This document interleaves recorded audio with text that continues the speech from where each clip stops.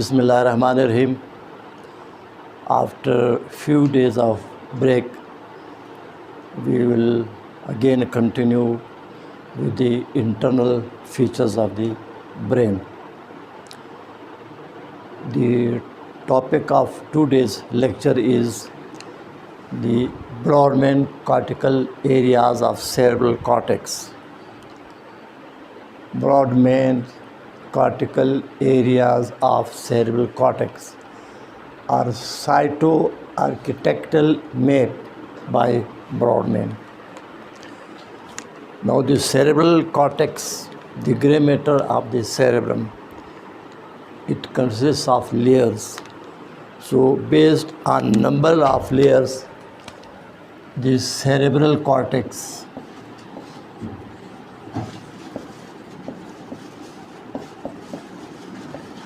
is divided into two major parts, that is neocortex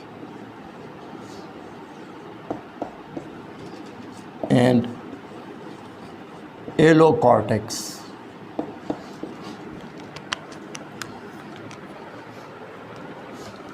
Neocortex comprise of 9 layers of cells.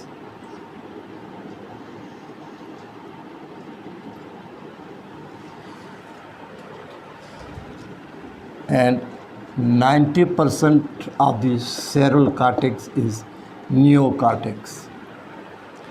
Remaining 10%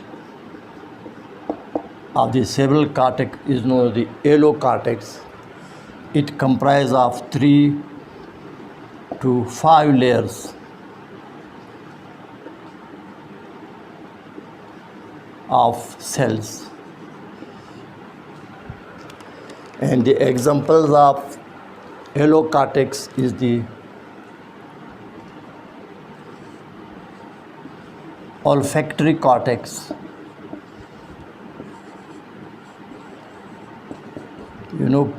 part of the brain associated with sense of smell. Olfactory cortex comprise of 3 to 5 layers of cells instead of 9 layers. Then again, another example is the cortex of hippocampus.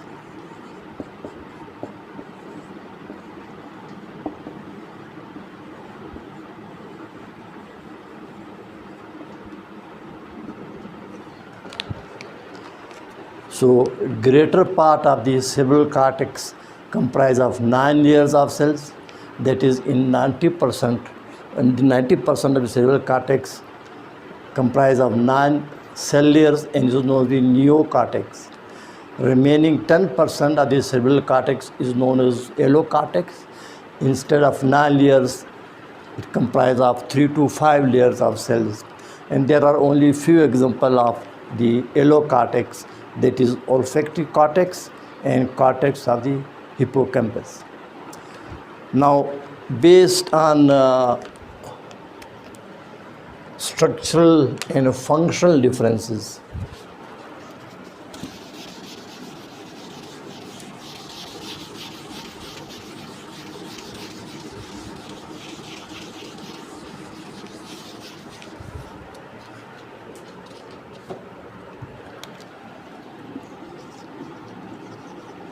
based on structural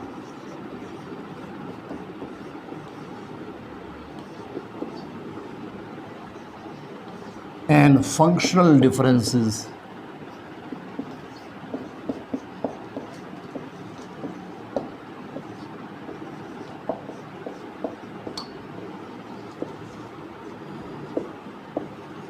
Mr. Brodmann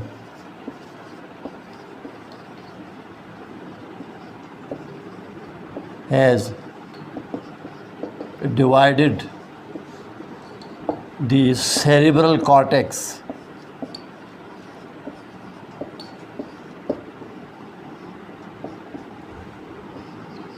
into more than 50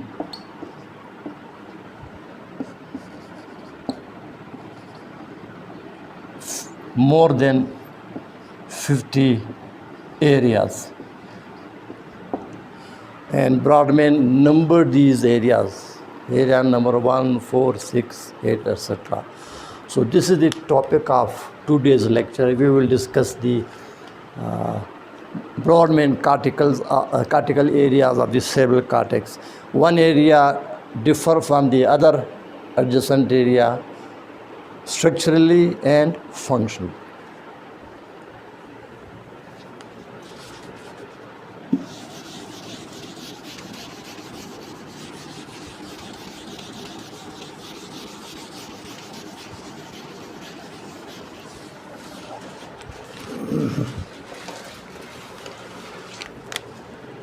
Now you know the cerebrum has right cerebral hemisphere and left cerebral hemisphere having different surfaces.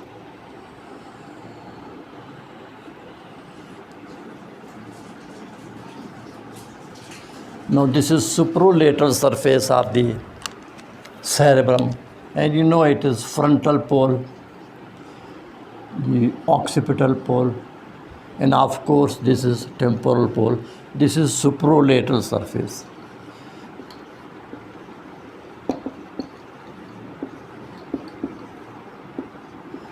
Of cerebral hemisphere.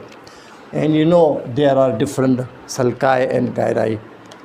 In the external features already we discussed in detail, but you have to study the external features before studying the internal features, because most of the external features they are also affecting the internal features of the brain. So you should know the external features also. And you know the superolateral surface of the cerebrum is divided into various areas by sulci and gyri. And some of the major sulci is the central sulcus.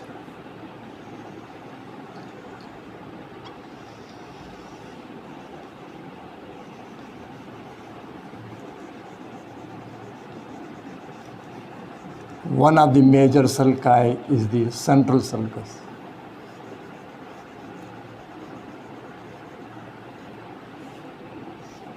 Central sulcus. And then there is a lateral sulcus, which starts on the inferior surface, and when it reaches the superolateral surface, it divides into 3 rami, lateral sulcus. What are the rami? Posterior ramus of the lateral sulcus.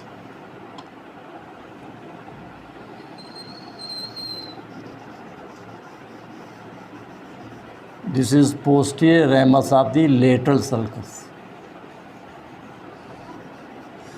And this is anterior ascending ramus of the lateral sulcus. And this is anterior horizontal ramus of the lateral sulcus.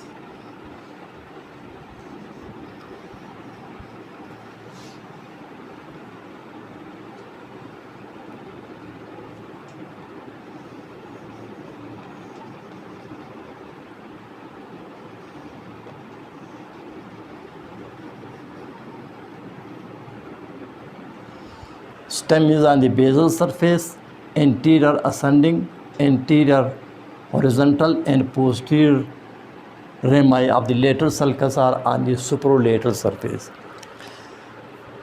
And then you know here parieto-occipital sulcus, the calcarine sulcus, lunate sulcus with polar sulci, lateral occipital sulcus. Then there is superior temporal sulcus, then inferior temporal sulcus. Behind the central sulcus is the post-central sulcus.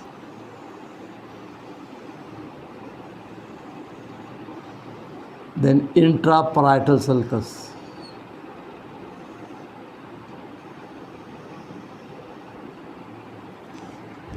Now this is superolateral surface of the frontal lobe, superolateral surface of the parietal lobe, superolateral surface of occipital lobe, and superolateral surface of the temporal lobe. And the superolateral surface of the frontal lobe, there is precentral sulcus, which is divided into upper part and lower part.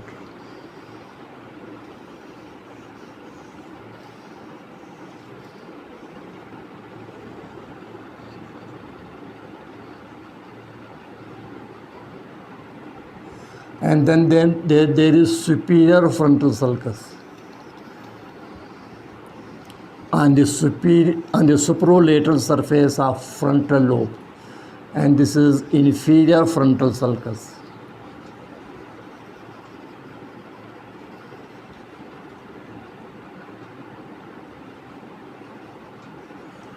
Now on the superolateral surface there is precentral sulcus, superior frontal sulcus, inferior frontal sulcus, anterior ascending ramus of the lateral sulcus, anterior horizontal ramus of the lateral, and posterior ramus of the lateral sulcus. And this is frontal lobe between superolateral surface of frontal lobe and superolateral surface of parietal lobe is the central sulcus. And you know the postcentral sulcus, the intraparietal sulcus, parieto-occipital sulcus. In case of superolateral surface of parietal lobe, calcarine sulcus, lunate, polar sulci, lateral sulcus on the superolateral surface of occipital lobe, then superior temporal sulcus, inferior temporal sulcus on the superolateral surface of the temporal lobe. Now today our topic is what are the Brodmann cortical areas.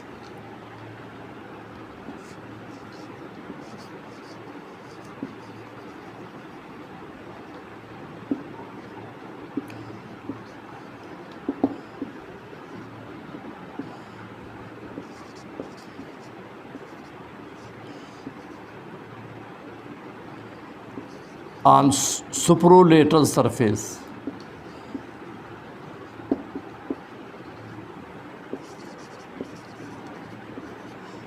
of frontal lobe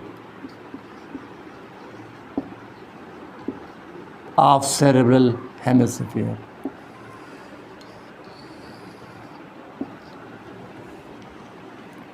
You know, between central sulcus and precentral sulcus, this is precentral gyrus.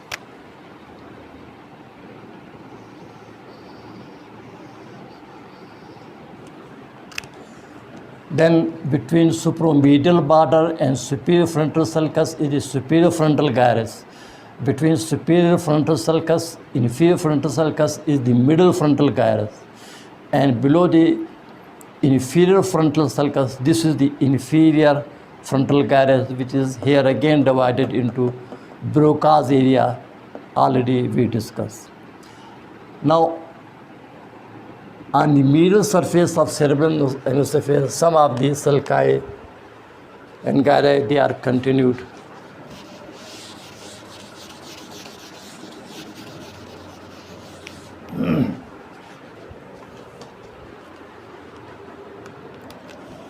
Suppose this is the medial surface of the cerebral hemisphere.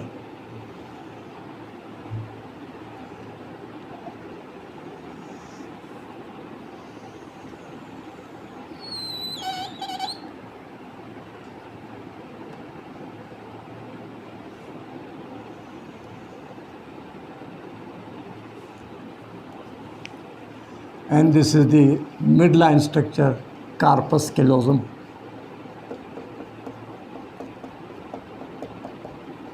And other midline structures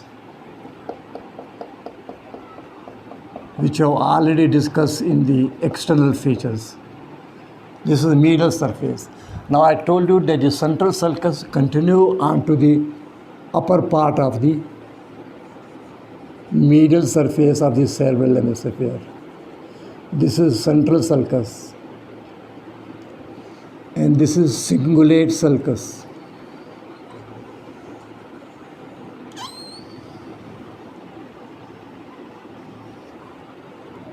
And there is an unnamed sulcus here. Then suprasplenial sulcus. there is a parieto-occipital sulcus, calcarine sulcus, collateral sulcus. All these sulci already we discussed in detail. Now you can see the precentral gyrus and the superolateral surface of the cerebral hemisphere. Above, it is continuous with anterior part of the paracentral lobule. In the postcentral gyrus, which is between the central sulcus and postcentral sulcus and the superolateral surface of parietal lobe. On the medial surface, it is continued as the posterior part of the paracentral lobule. So these are the two parts of paracentral lobule.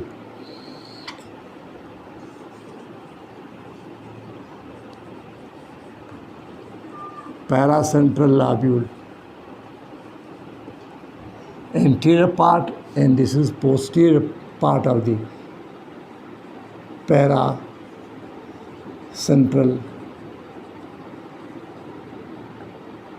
lobule.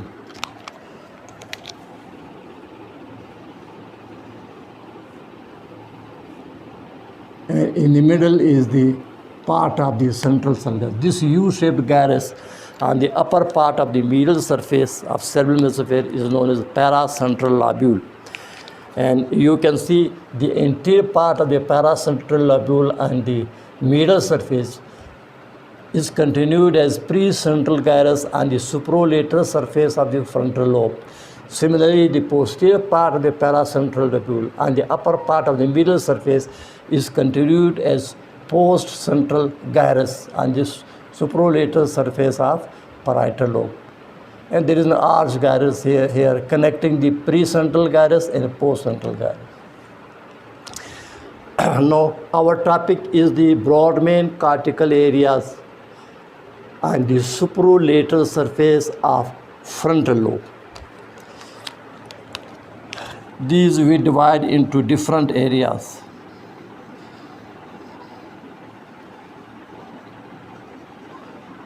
That is precentral area,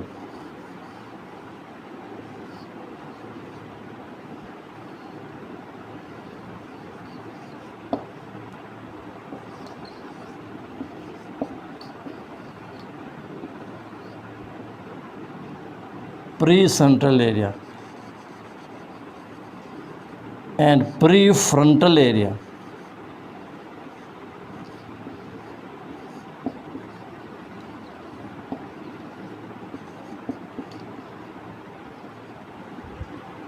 Divided into precentral and prefrontal areas. Now, precentral area is further divided into motor area,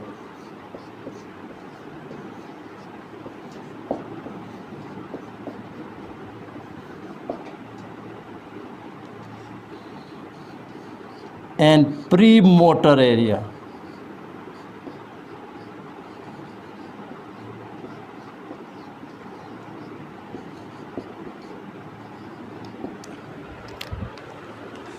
The motor area is numbered by Brodmann is areas number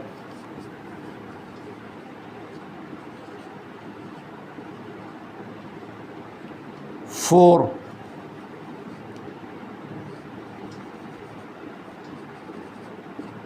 6,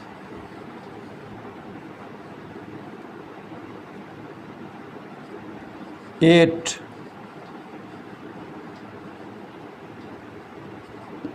45, 44 and 45. Areas number 44 and 45.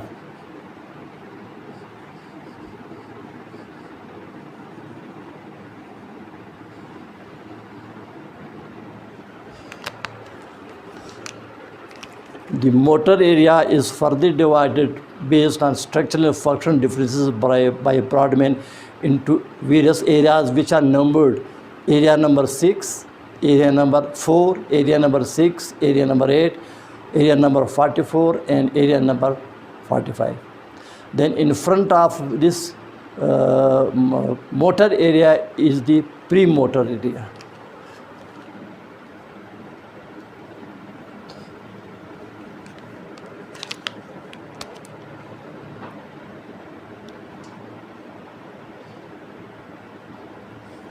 Area number 4, that is area number 6,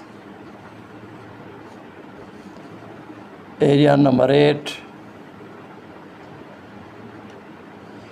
area number 44,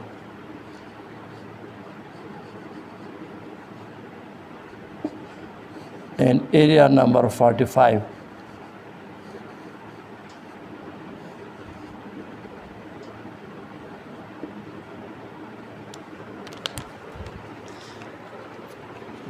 The motor area is numbered by Bridgman as area number 4 only, not 6, 8, 45, the motor area.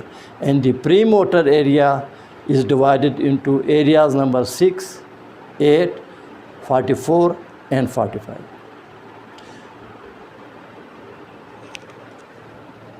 These are Brodmann's cortical areas and the precentral area.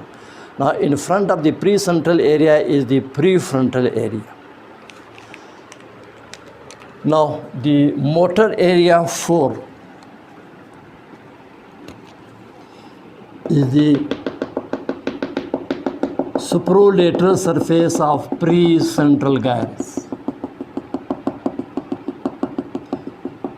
The superolateral surface of precentral gyrus.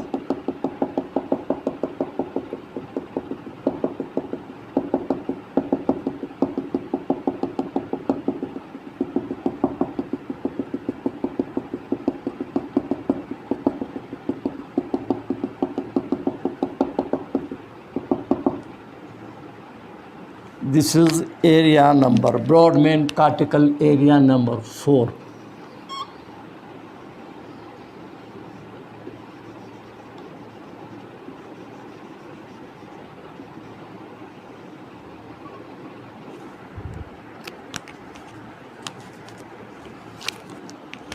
This is superolateral surface of precentral gyrus, and this area is known as the motor area.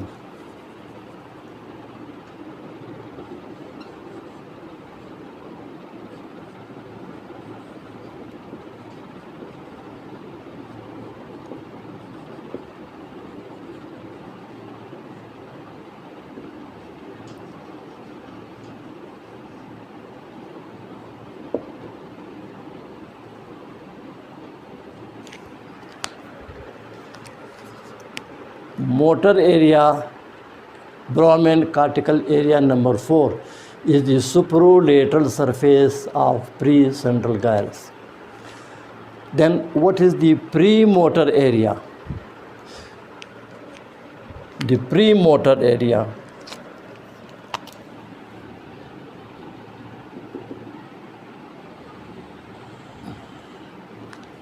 this is the premotor area.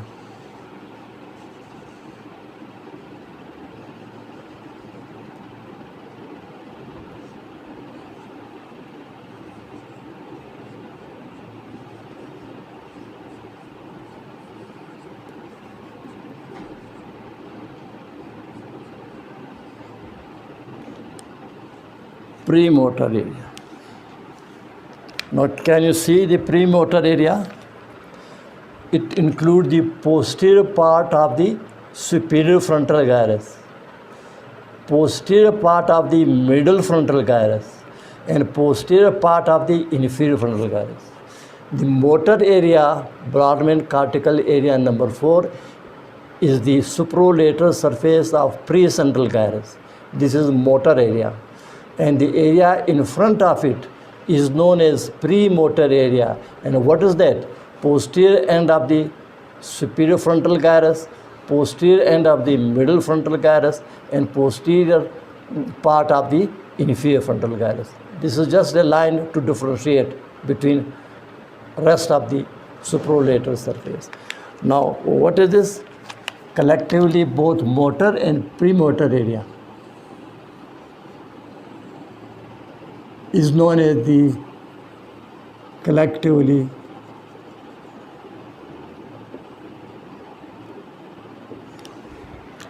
the motor and premotor area is known as the precentral area.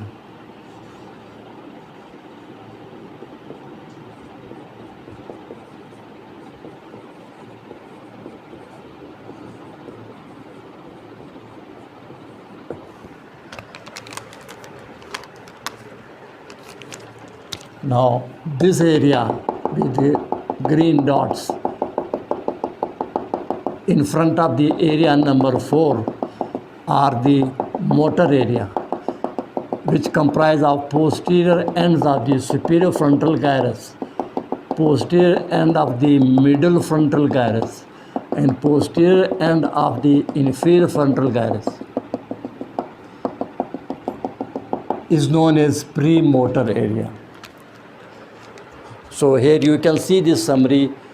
This whole is the precentral area from central sulcus up to this imaginary line on the supralateral surface of the frontal lobe. So the precentral area is further divided into motor and premotor area. Now what is motor area? The supralateral surface of the precentral gyrus, which is between central sulcus and precentral sulcus. Then what is premotor area?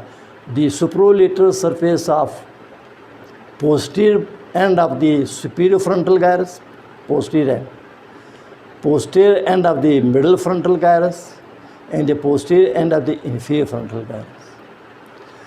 Now you know the central sulcus continue on the upper part of the medial surface of the cerebellum mesosphere and divided into paracentral lobule.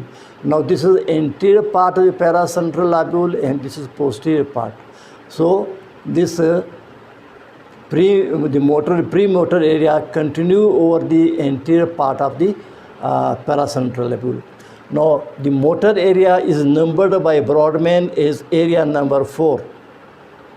And the premotor area, supralateral surface of posterior end of the superior, middle and inferior frontal gyri, it is numbered by Mr. Brodmann is area number 6 and 8.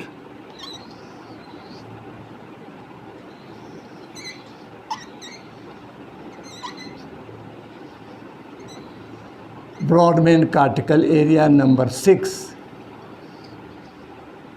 and 8.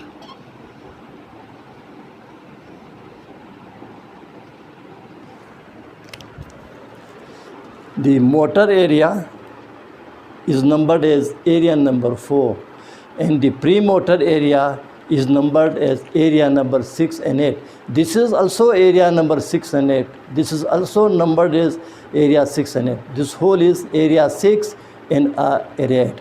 Now I told you these areas continue on to the upper part of the medial surface of the cerebellum mesosphere.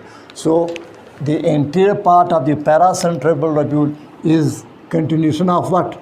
Area number 4, 6 and 8.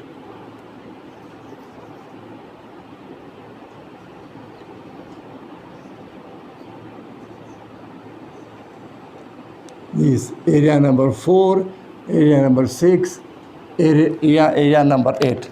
They continue on to the anterior part of the paracentral lobule on the upper part of the medial surface of the cerebral hemisphere.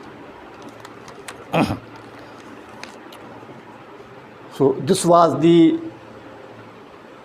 precentral area on the supralateral surface of the frontal lobe. What about rest of the supralateral surface of the frontal lobe? You know the greater anterior part of the superior frontal gyrus, middle frontal gyrus, inferior. This is called prefrontal area.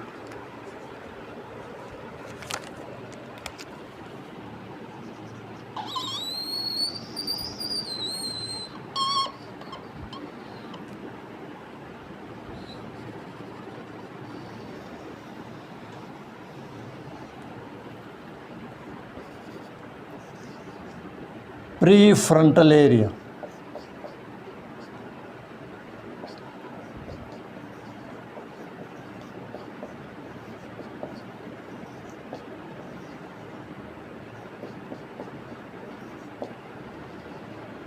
prefrontal area.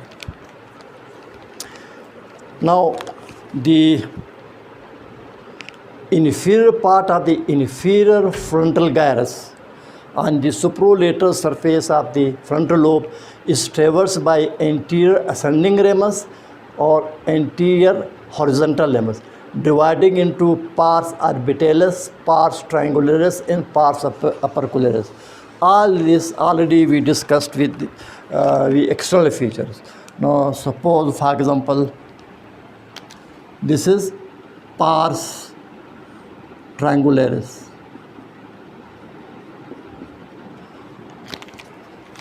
And this is pars opercularis.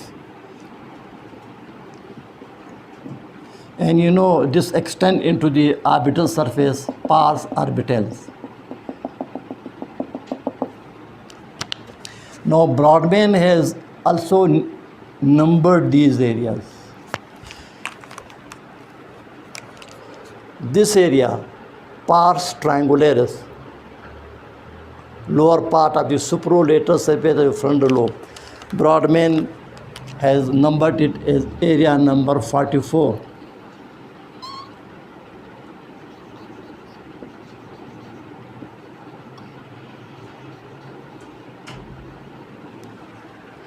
And this area, the Brodmann has numbered it as area number 45.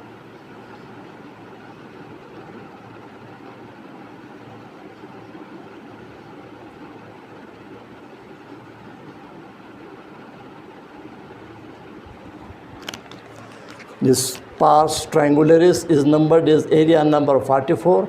Pars opercularis is area number 45. Here you can see the premotor area on the supralateral surface of the frontal lobe is divided into area number 6, area number 8, area number 45, area number 42. 6, 8, 44 and 45.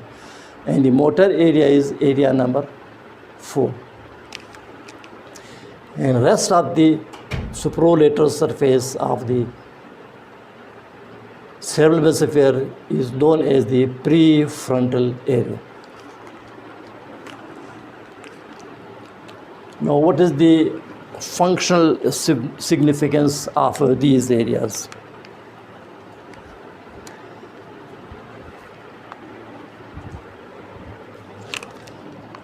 Suppose this is the coronal section through the right cerebral hemisphere and left cerebral hemisphere.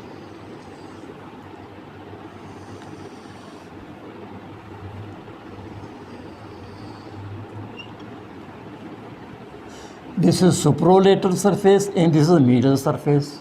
You are familiar with it.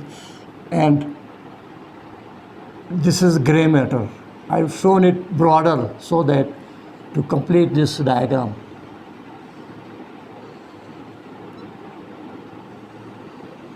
This is cerebral cortex.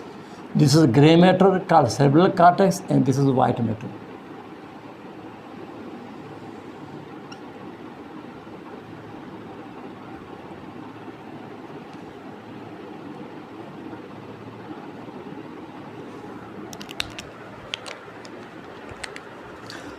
Now, what is the functional significance?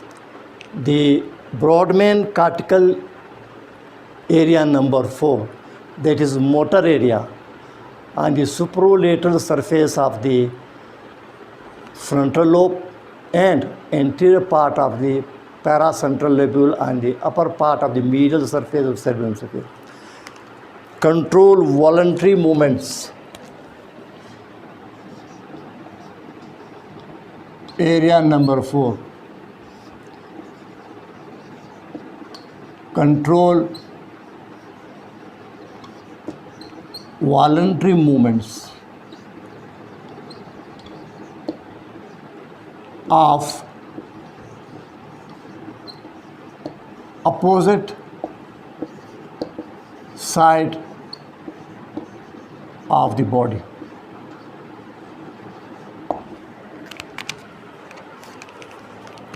control voluntary movements. Right cerebral hemisphere control the voluntary movements of the left half of the body. Left cerebral hemisphere control the voluntary movements of the right half of the body. Now, one of the cerebral hemisphere is dominant.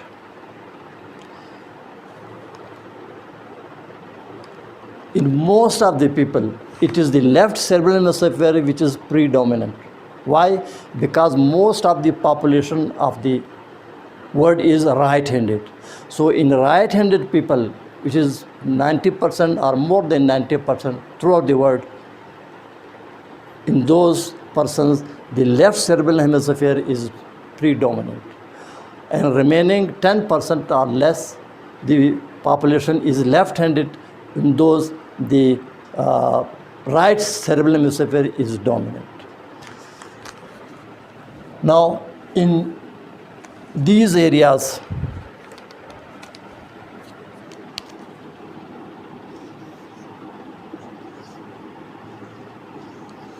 the body is presented upside down.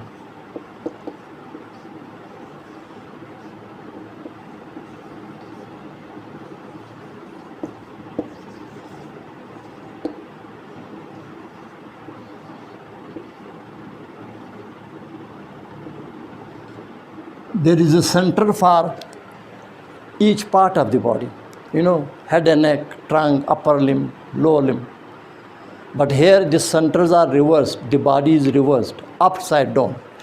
Now, for example, here in the motor area, area number 4, dormant cortical area, and anterior part of the paracentral lobule. Here is the area for larynx.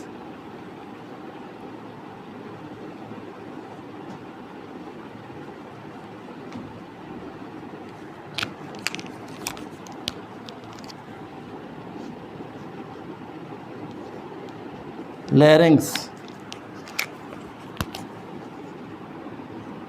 then pharynx,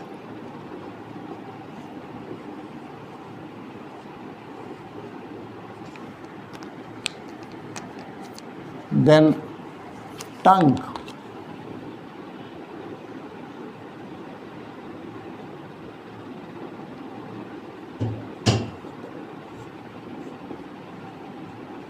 center or motor area for the tongue. Next is the face.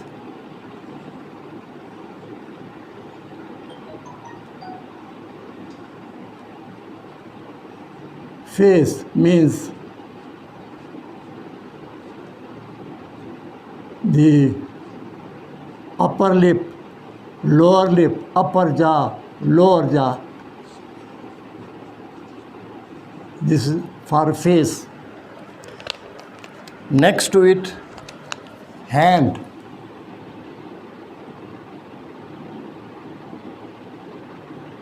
Fingers and thumbs. Hand, forearm, upper arm. Then you can see the trunk, mean to say the thorax and abdomen.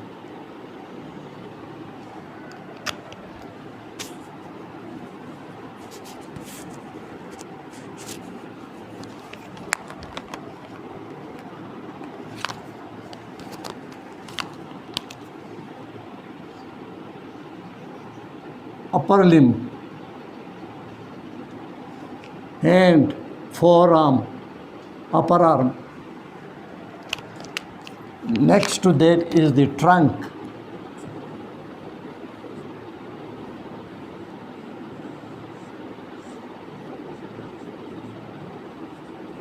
That is thorax and abdomen. Then thigh and knee. Lower limb, which part? Thigh and knee.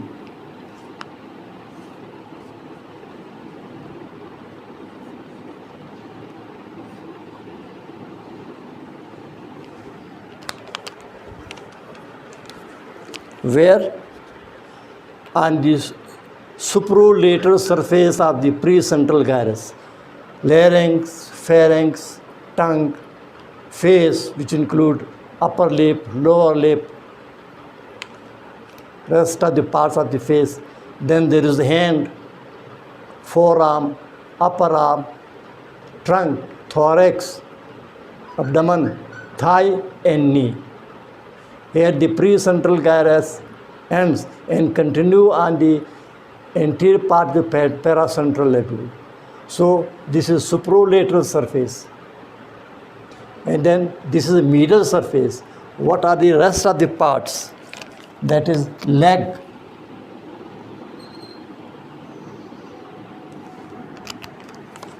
foot,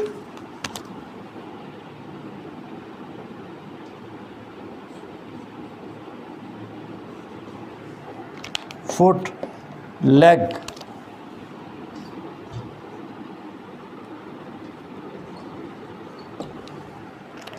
then perineal area.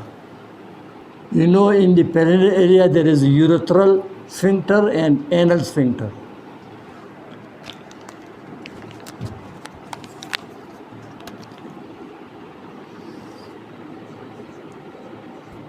The perineal region.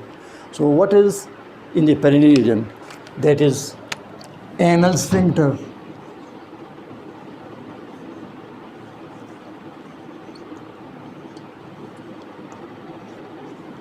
and urethral sphincter.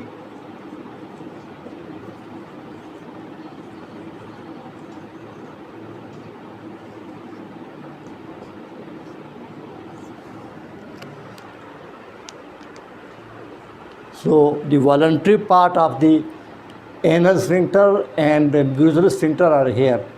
So this anterior part of the paracentral lobule is so much important that if there is damage to this area, there will be urinary incontinence and the fecal incontinence. Micturition and defecation will become uncontrolled because the voluntary sphincters, they are paralyzed. So this is how the human body is represented by various centers upside down. Next point to remember is that there is a center for each part of the body in the area number 4.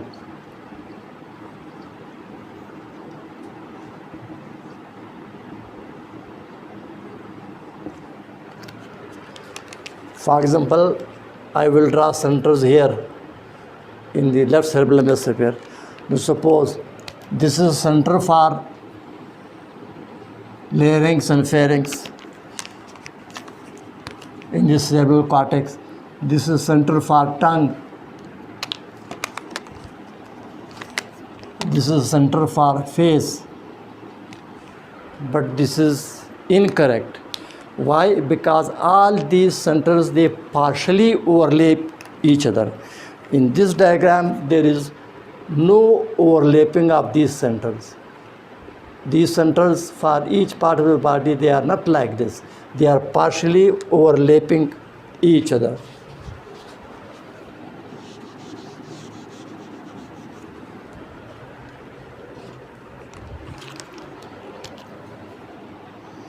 Partially overlapping each other. There is center for each part of the body. And number 4, the centers partially overlap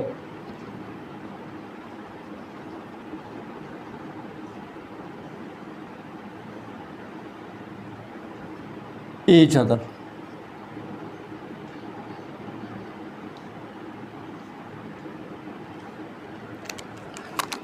For example, this is center for the pharynx. For example, larynx, tongue,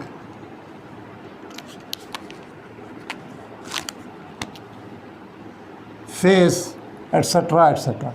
So can you see they are partially overlapping each other? So this is another point to remember, that there is a center for each part of the human body, and these centers partially overlap each other. Then number 5,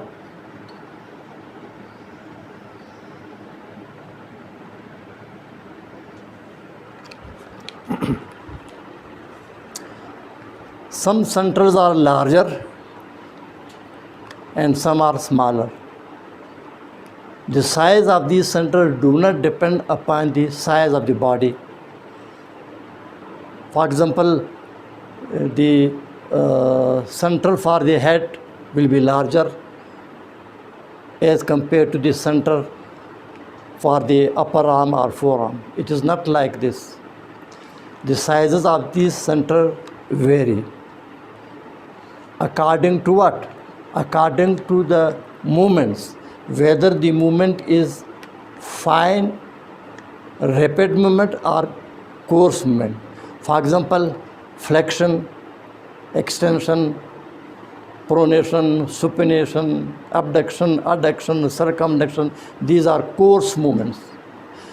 And finger movements, for example, writing, these are fine movements. Writing, fine movements of the fingers. So the center for those part of the body which perform fine rapid movements will be larger, and the center for those parts of the human body where the movements are not fine, the center will be comparatively smaller. So based on this, the sizes of these centers, they vary in size. So the centers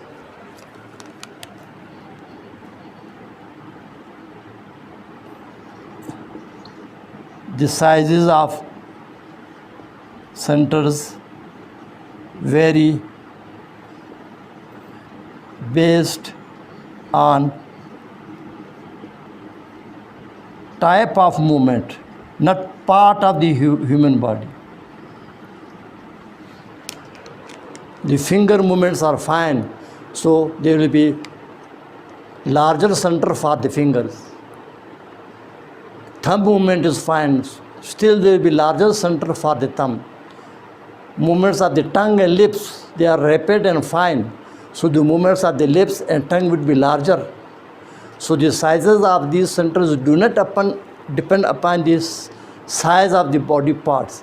It depends upon the movement, whether the movement is rapid and fast and fine or it is coarse movement. Now, as the centers for different parts of the body they vary,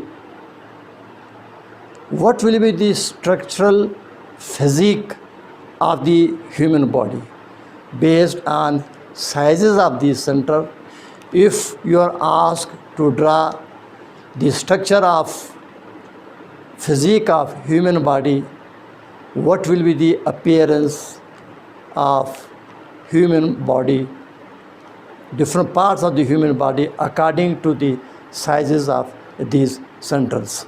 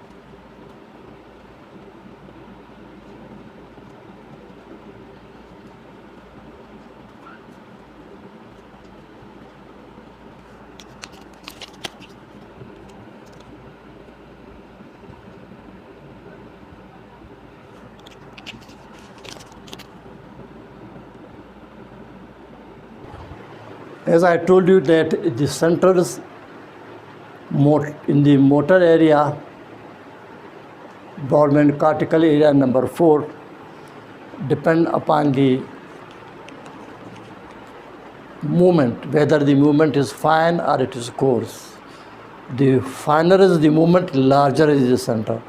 For example, if we draw the physique of the human body according to the sizes of these centers, you can see tongue has a larger area because it has rapid, fast movements. Upper lip, lower lip, you can see larger areas. You can see fine movements of the hand. Can you see the center for the hand will be larger as compared to the forearm and upper arm, even larger than the trunk, etc. So, if we draw the physique of a human body according to the sizes of these centers, God forbid, this will be the physique of the human body, just like animal. So this diagram explain that which centers of the motor area number 4 are larger and which are smaller. This will be the physique of the human body according to the sizes of these centers.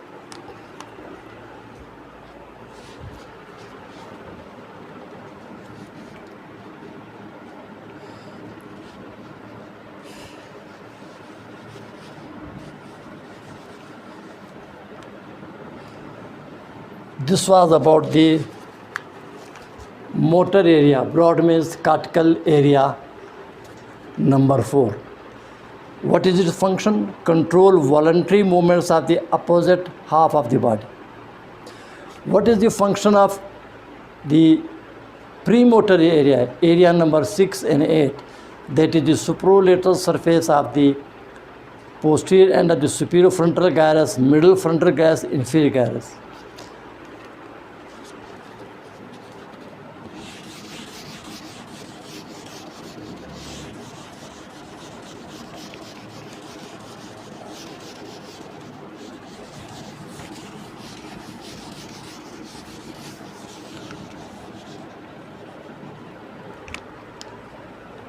Now, premotor area.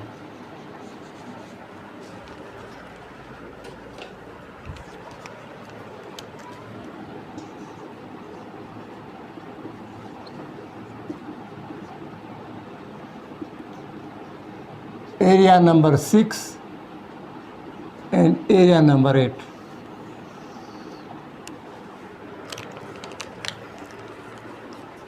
The motor area number 4 is responsible for controlling the voluntary movements of the opposite side of the body. Area number 6 and 8, the premotor area, what is its function? It coordinates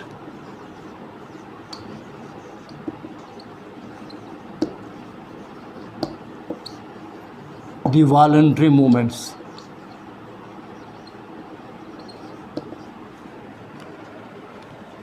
Carried out by area number 4. Premotor area number 6 and 8 coordinate the voluntary movements of opposite half of the body. Now, for example,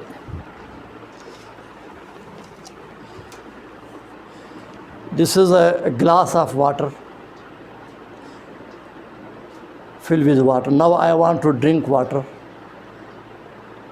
So my limb will move towards the glass of water. How it will move? Flexion, extension, pronation, supination, etc. And try to hold the glass. So my upper limb is moving, but there is no coordination. My hand will not be able to hold the glass. My hand may pass towards this side or toward this side. If somebody help me to hold the glass of water, then I have to carry this water glass for drinking towards my mouth. The movements will be there, but coordination will not be there. Instead of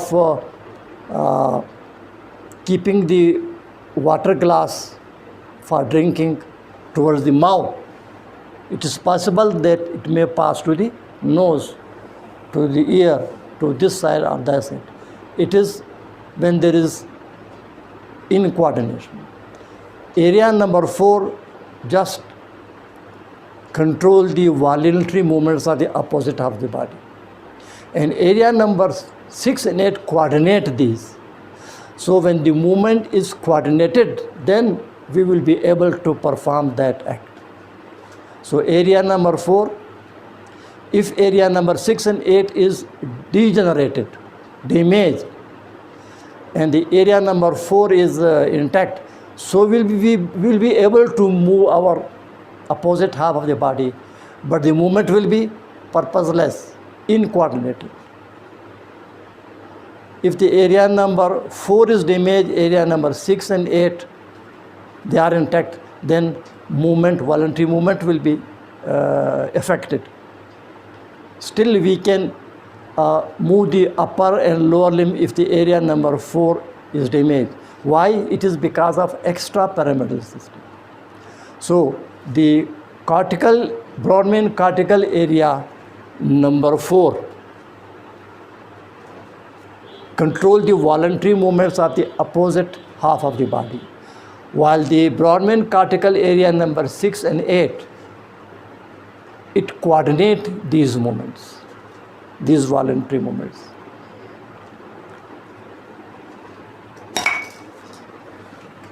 The other function of this premotor area is associated with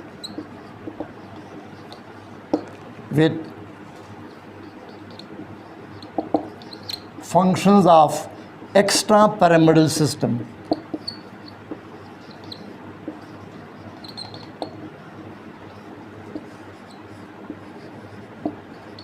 This is another important function of premotor area, broad main cortical areas number 6 and number 8.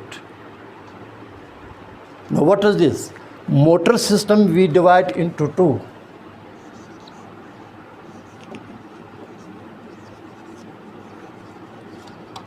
The motor activity is divided and carried out by 2 systems, pyramidal and extrapyramidal. Pyramidal system are pyramidal tracts, and extrapyramidal system. Now pyramidal system is for voluntary movements.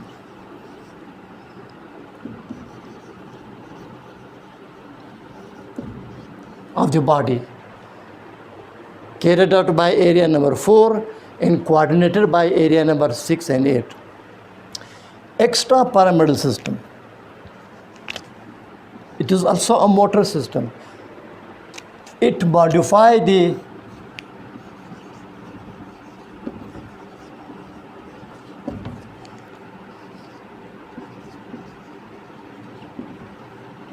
pyramidal system unconsciously.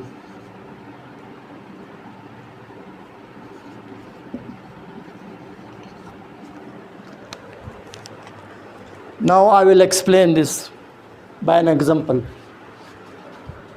For example, this is examination hall, and close to the examination hall, this is the hostel. This is hostel and this is examination hall. Now the paper starts at 9 a.m. So 5 minutes before 9 a.m., that is before starting the paper, the student is residing in the nearby hostel. So he will or she will walk towards the examination hall, because the hostel is close to the examination hall. He or she is not required to run, because 5 minutes are there, and within 5 minutes the student can reach the examination hall. So the student will walk slowly from the nearby located hostel towards the examination hall. And during walking, he perform voluntary movements. Now suppose if the another hostel, it is away from the examination hall, and after 5 minutes the paper will start. Now what about this student? He will walk slowly? No, he will run to reach in time just before 9 a.m., before starting the paper. So this student is also performing voluntary movements of the body during walking, but the extrapyramidal system modified that it depresses the pyramidal system. Therefore the student will walk slowly, not run. Here in this case the student has to run, because the hostel is away from the examination hall. In this case, again, the motor system, with the help of motor system, he will move his limbs, but he will not walk, he will run. Why? Because here the extrapyramidal system will stimulate the pyramidal system, so that he will run and will reach the examination hall in time. So this is how the extrapyramidal system, which is a motor system, it modify the pyramidal system. Pyramidal system comprise of tracts, for example, cortico-nuclear tract from the motor cortex area number 4, broad main cortical area number 4, to the nuclei in the brainstem, cortico-nuclear, corticospinal from the tract starting from the area number 4, precentral gyrus, paracentral, precentral gyrus, area number 4, broad main cortical area, and into the spinal cord, anterior horn, and then the movements occur. This is a pyramidal system. So this is how the pyramidal and extrapyramidal system they work. So the function of the area number 4 is responsible for voluntary movements of the opposite half of the body. And what is the function of area number 6 and 8, premotor area? Number 1, it coordinates these voluntary movements. And number 2, it is this premotor area 6-8, under the influence of extrapyramidal system, it modify the pyramidal system unconsciously. Just I explained it in the example.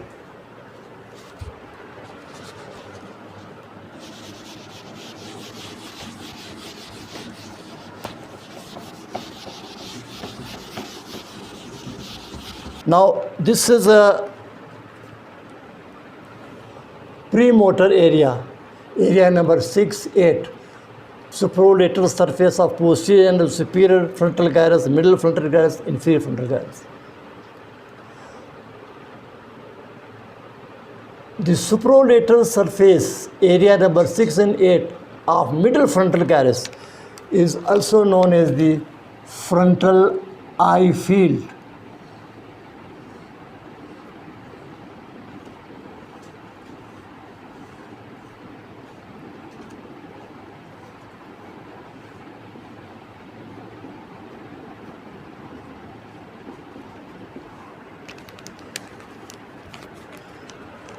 The premotor area 6 and 8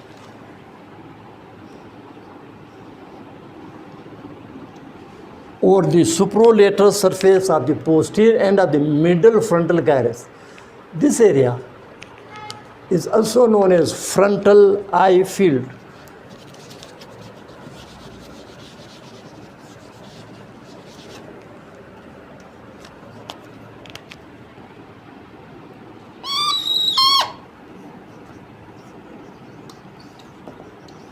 frontal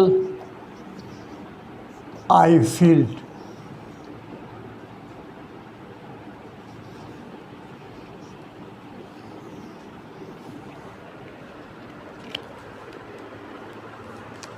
So the frontal eye field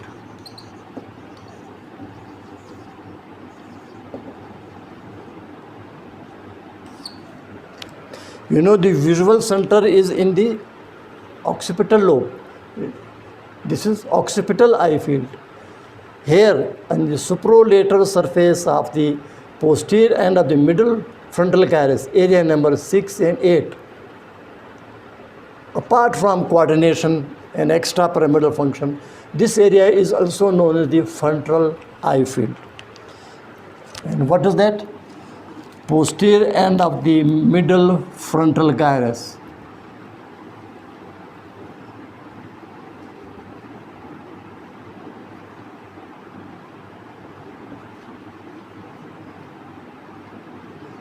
Area number 6 and Brodmann cortical area number 8. This area is responsible for eye movements. Now, which eye movements?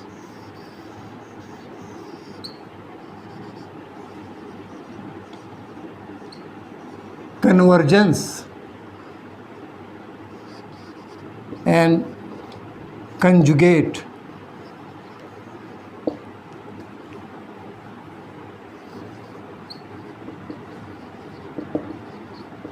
Deviation of eyes.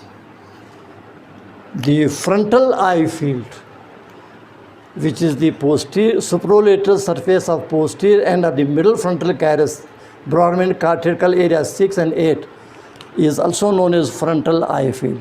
It is responsible for some movements of the eyeball. Now, first of all, convergence. What is convergence? Now, for example,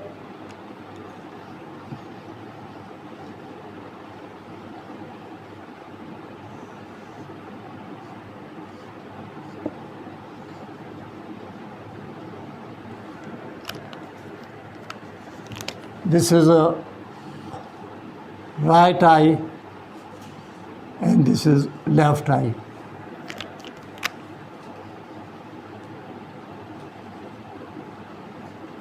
Nose, lips, right eye, left eye. This is right eye and this is the left eye. Now, convergence. Now, if you want to see the near object clearly, what will happen? Both the eyeballs will move medially and focus on the near object. If you want to see a far object, your eyeballs will be parallel. But if you want to see an object near to the eye, both the eyeballs will converge. Now, for example, a near object is here, so what will happen? That the eyeballs will converge.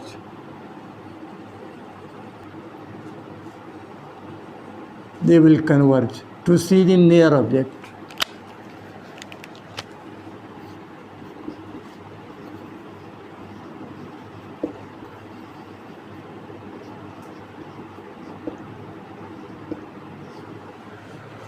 Medial rectus of the right eye and medial rectus of the left eye both will contract and move the eyeball inwards to focus on near object. This is a convergence. And conjugate deviation of the eyes. What is that? Eyebrows.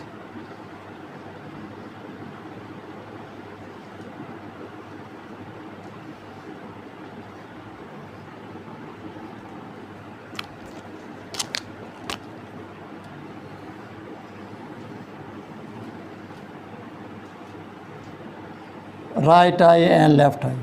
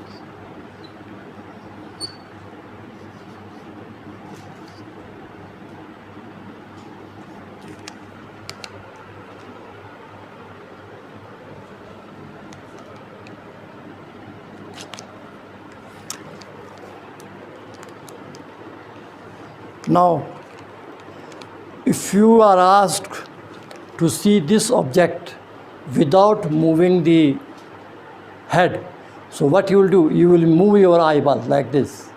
Can you see? The object is on the right side, so the right eyeball will move laterally and the left eyeball will move medially.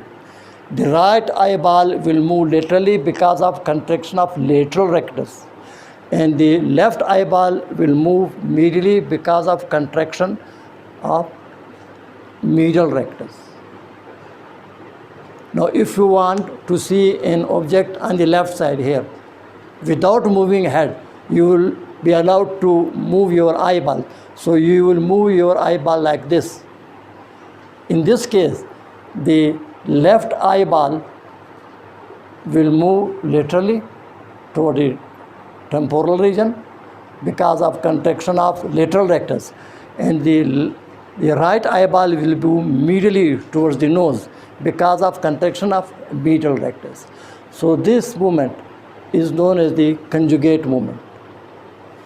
Conjugate. So in this diagram, you can see the person is asked to look towards the right side, for example. And here the person is asked to look towards the left side without moving the head. So here, right side, you can see the right eyeball will move laterally because of contraction of lateral rectus, and the left eyeball will move medially towards the nose, nasal side, because of contraction of medial rectus. Now, if you are asked to see the object on the left side without moving the head, then opposite movement occur. The left eyeball will move laterally because of left lateral rectus muscle contraction, and the right eyeball will move medially because of contraction of right medial rectus. These movements are known as the conjugate movements.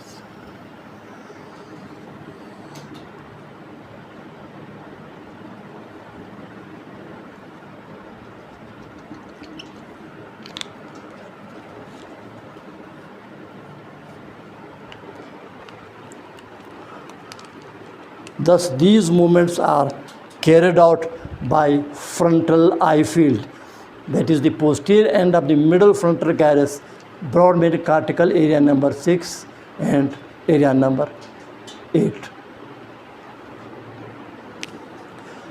Now, what is the pathway of this?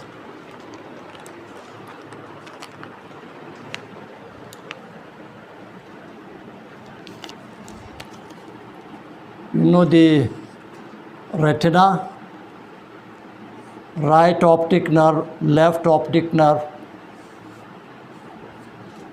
optic chiasma, right optic tract, left optic tract, lateral geniculate body,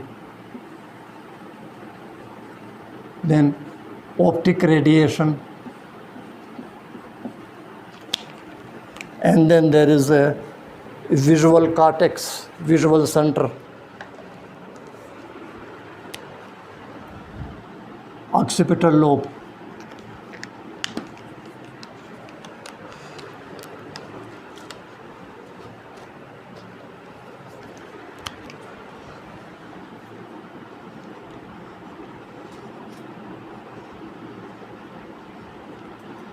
visual center. This is visual pathway. So we have reached here the visual cortex. Now from the visual cortex, a bundle of association fibers arise, which enter the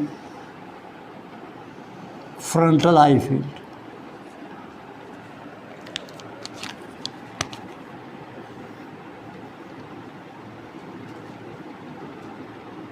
Bundle of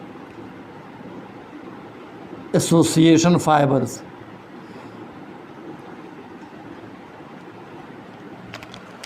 arise from the visual center in the occipital lobe, to the visual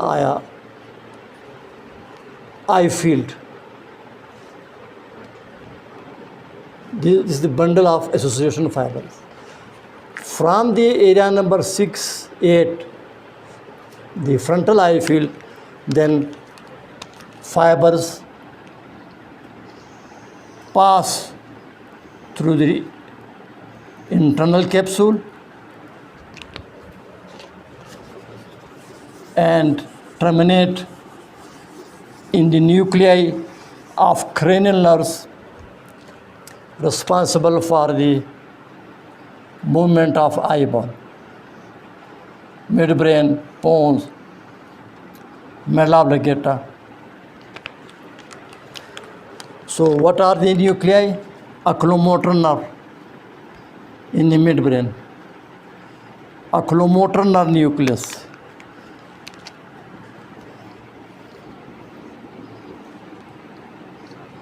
then there is trochlear nerve nucleus, again in the midbrain, and then abducens nerve nucleus in the pons.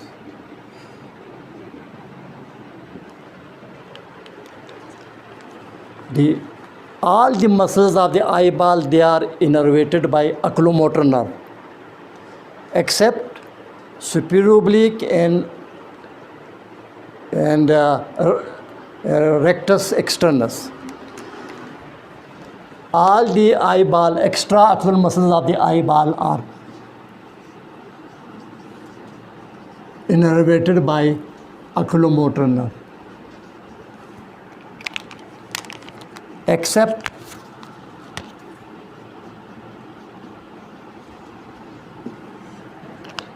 what? Except SORE. This is formula for memorize the nerve supply of the extraocular muscles of the eyeball. SORE, except SORE, just like sore throat. So SORE, SO, stand for superior oblique muscle.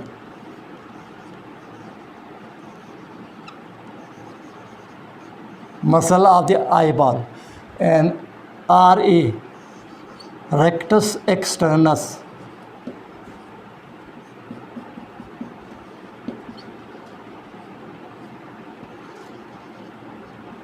muscle of the eyeball. Superior oblique is innervated by trochlear nerve,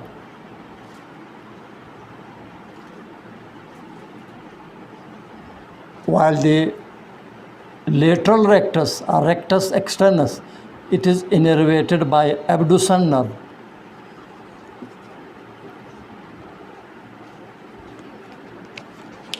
So all the eyeball movements are innervated by oculomotor nerve, except two muscles. Superior oblique is innervated by trochlear nerve, and the rectus externus supplied by the abducens nerve. So these bundle of fibers from the frontal eye field descend through the cerebellum hemisphere, pass to the internal capsule, and some end in the oculomotor nerve nucleus, which supply most of the extraocular muscle of the eyeball. Some in the trochlear nerve nucleus, which is again in the midbrain, supply the superior oblique muscle, and then the abducens nerve nucleus, which is in the pons.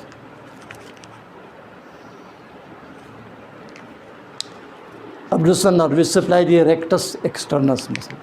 So this was about the frontal eye field.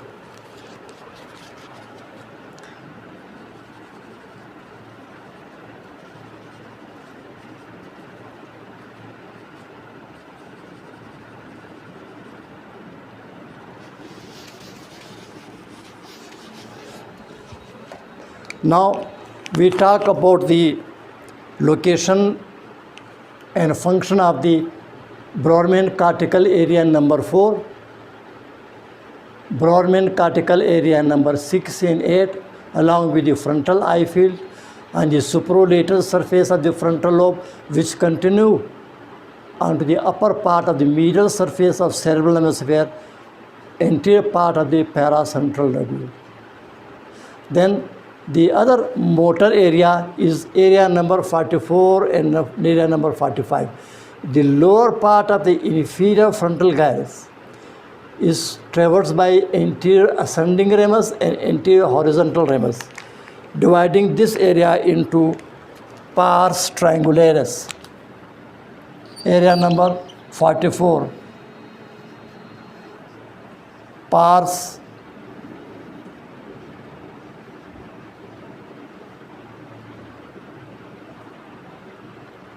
triangularis.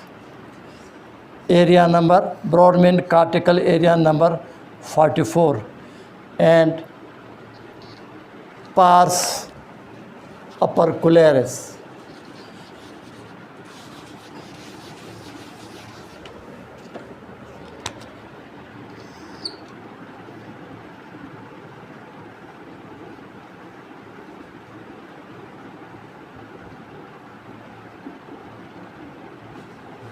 Pars opercularis, Brodmann cortical area number 45. Collectively, this area is known as the Broca's area.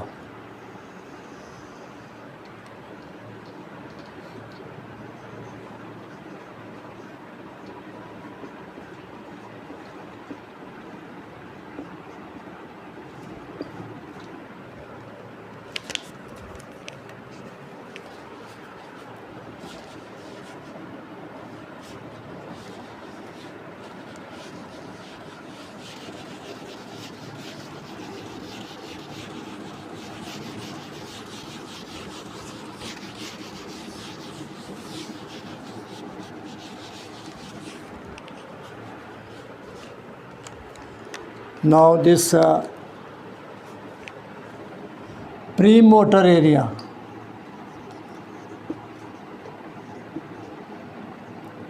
Brodmann cortical area number 44 and 45, also known as Broca's area.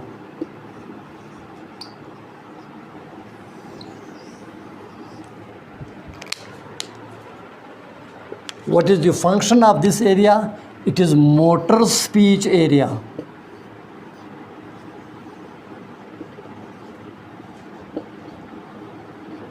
Motor speech area.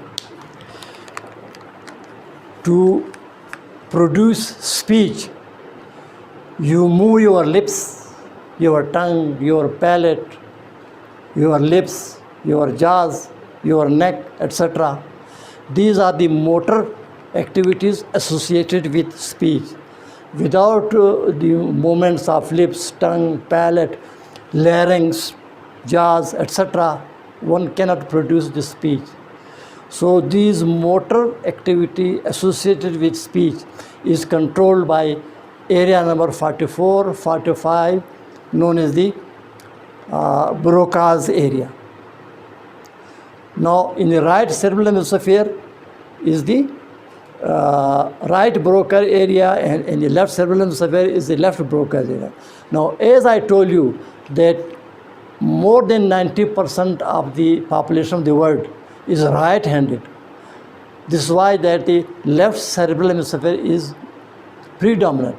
So similarly, it is mainly the left Broca's area which is predominant. In 10% of the cases, it is the right Broca's area which is predominant. So Broca's area, area 44, 45 is meant for movements of the lips, tongue, teeth, larynx, etc. You can see movement of the upper limb while you are talking.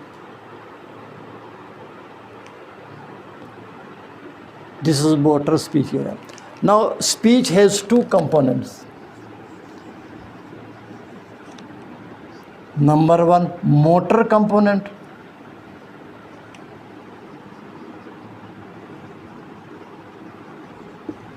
And sensory component.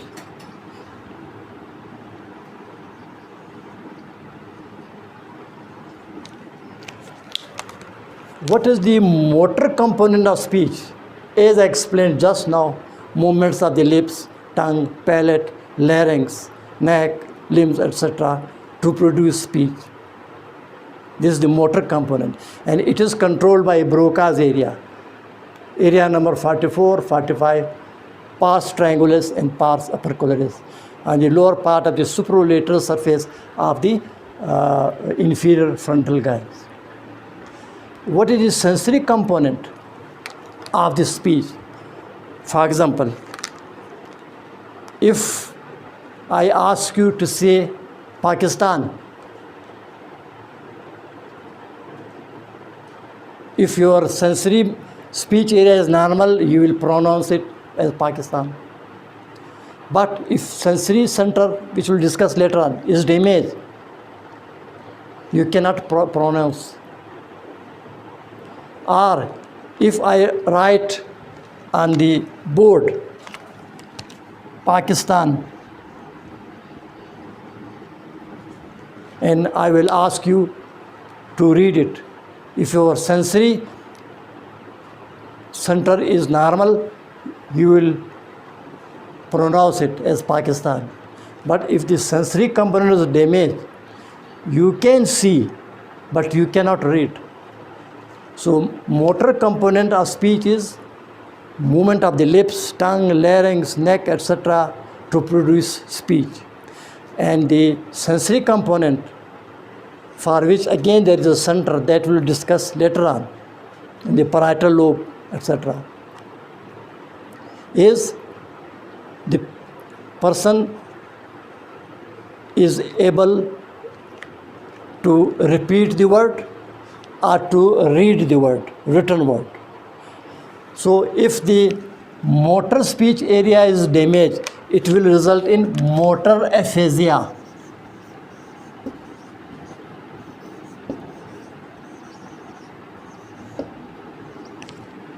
If Broca's area is damaged, area 44, 45, then the motor component of the speech will be affected. It will result in motor aphasia. If the center for sensory component of speech is damaged, then it will result in the sensory aphasia. So here we are concerned with the Broca's area 44 and 45. That is the motor area for the speech. Now, we finished with the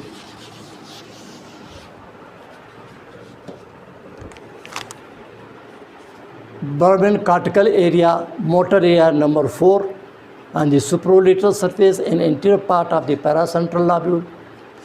Then Brodmann cortical areas number 6 and 8 on the supralateral surface of the superior, middle, and inferior frontal gyri, including the frontal eye field. And we also discussed about the area number 44, 45, Broca's area. Rest of the supralateral surface and of course orbital surface and medial surface of the frontal lobe is known as prefrontal area. Now, what is the function of prefrontal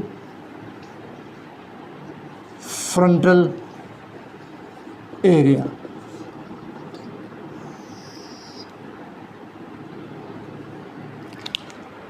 This is supralateral surface, and here you can see this diagram.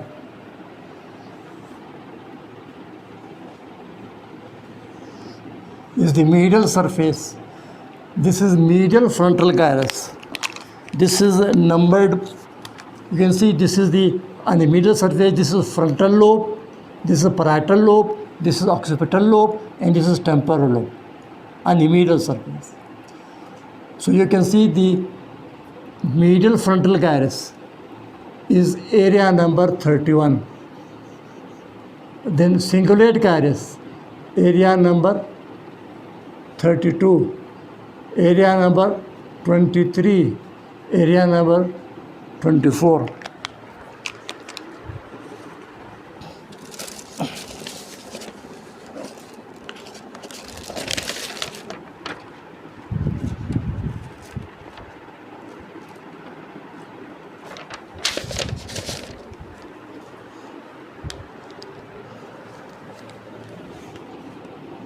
31, 32, 23, 24. Prefrontal gyrus, broadband cortical areas on the medial surface. Mainly area number 31, 23 and 24. Of course 32 also, but it is mainly these areas. Now what is the function of prefrontal area?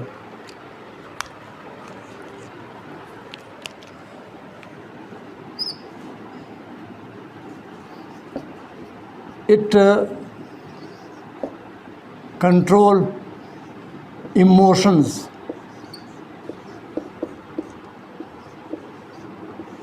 of the individual, mental concentration,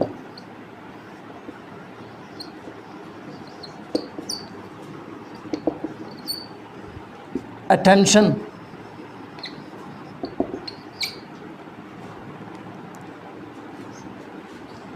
your behavior,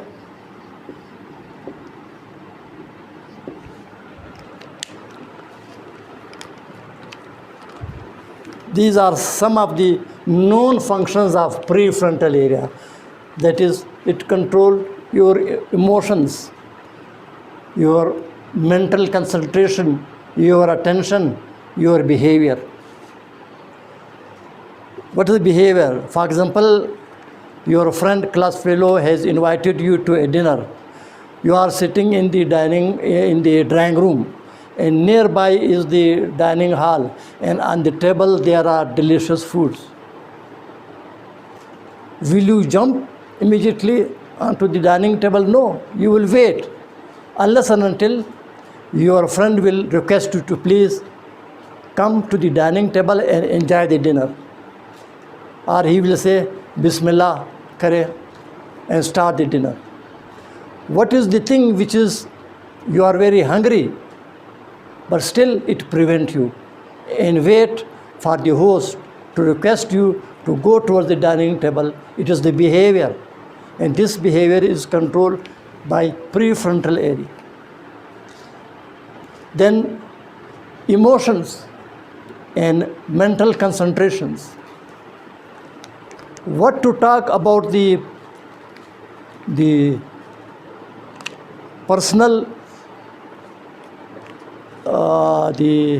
what about to talk about the mental diseases,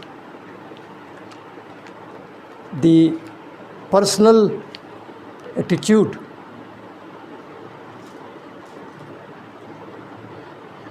even the normal person, normal human being, without any personal disorders, mental disorders, can be excited,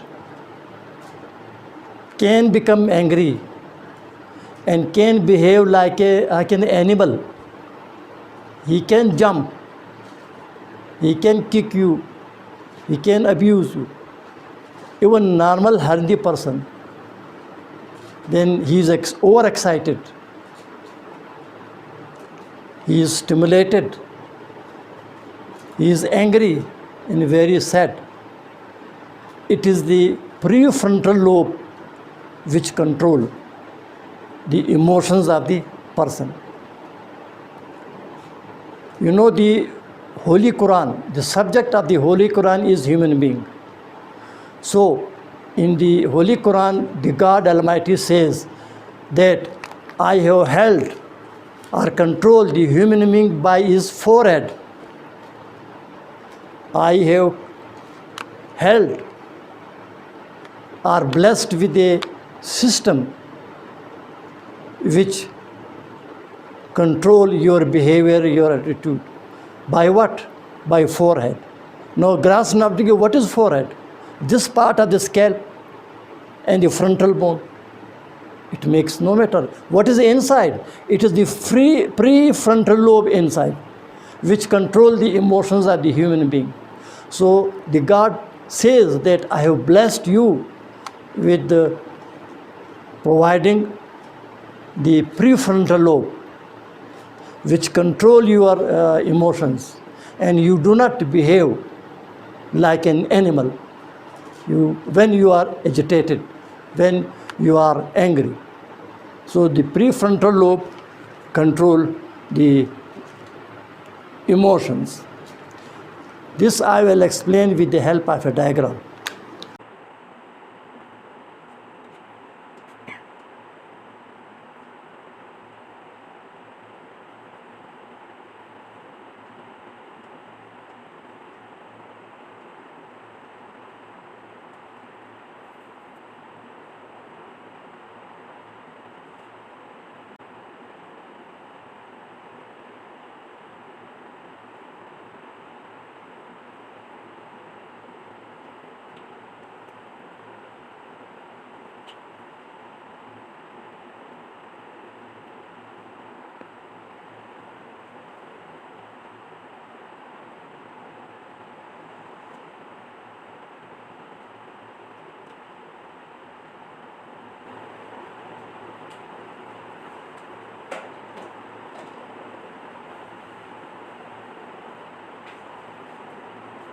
Now you can see this is a normal person, but he is excited.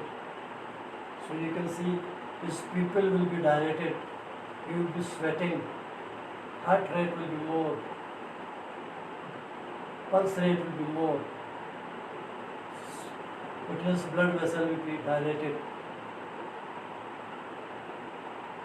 and ready to fight. So it means the prefrontal area has not controlled his emotions. Even if this is a healthy person. What about the personality disorders? Even a healthy man can react like this. So mostly it is the prefrontal lobe which help us to control our emotions. But sometimes it fails and even normal person become overexcited, exaggerated, ready to fight, ready to attack. So the function of prefrontal lobe is to control your emotions, meant for mental concentration, for attention, etc. Thank you very much.